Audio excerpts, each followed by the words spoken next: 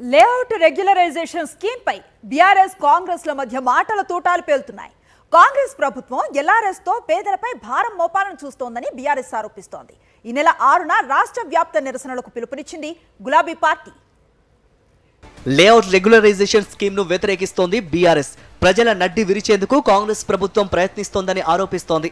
గతంలో ఎల్ఆర్ఎస్ ను వ్యతిరేకించిన కాంగ్రెస్ ఇప్పుడు అదే స్కీమ్ ను ఎలా తీసుకొస్తారని ప్రశ్నిస్తున్నారు బీఆర్ఎస్ నేతలు. ఎల్ఆర్ఎస్ కు వ్యతిరేకంగా ఈ నెల 6న పెద్ద ఎత్తున నిరసన చేపట్టాలని నిర్ణయించారు.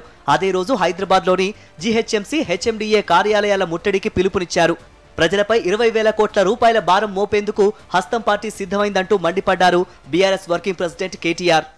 అధికారంలోకి వచ్చిన 2 నెలల తర్వాత 20,000 కోట్ల రూపాయల భారాన్ని మధ్యతరగతి ప్రజల మీద మోపే ఏదైతే ప్రయత్నం ప్రభుత్వం చేస్తున్నదో దీన్ని తప్పకుండా విరమించుకోవాలి.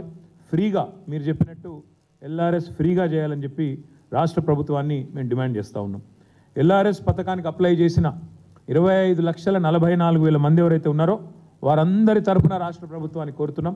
ఉచితంగా చేస్తామని మాట ఇచ్చిండ్రు, ఉచితంగా చేయాలి. లేకపోతే ఒక్కొక్క కుటుంబం మీద దగ్గర ₹1,00,000 రూపాయల పైచిలకు భారం పడే ప్రమాదం ఉంది. 6వ తారీఖు నాడు రాష్ట్ర వ్యాప్తంగా ధర్నాలు కూడా చేయబోతా ఉన్నాం. నిరసన కార్యక్రమాల్లో ఇది మొదటిది కాబోతా ఉంది.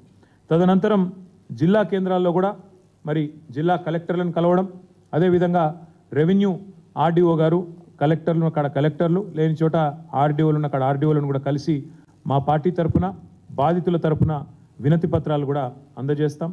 ప్రతిపక్షంలో ఉన్నప్పుడు ఒకలా, అధికారంలోకి వచ్చాక మరోలా కాంగ్రెస్ పార్టీ వ్యవహరిస్తోందని మండిపడ్డారు కేటీఆర్.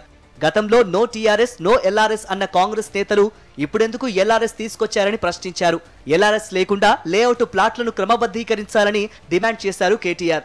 ఆనాడు ఎల్ఆర్ఎస్ బీఆర్ఎస్ ప్రభుత్వం తీసుకొచ్చినప్పుడు అయితే కోమటిరెడ్డి వెంకటరెడ్డి గారు ఆనాడు ఎంపీ, ఈరోజు మంత్రి, ఆయన స్వయంగా పోయి కోర్టులో కేసేశారు. ఇది అన్యాయము అని చెప్పి కేసేయడమే కాకుండా ఆయన ఏమన్నారంటే పాత విధానంలోనే రిజిస్ట్రేషన్లు చేయాలి, మీరు ఎల్ఆర్ఎస్ అని పెట్టి ఈ రకంగా చేయడం అన్యాయము అని చెప్పడమే కాకుండా ఆయన ఎన్నికల ప్రచారంలో కూడా దీన్ని ఒక అస్త్రంగా వాడుకున్నారు.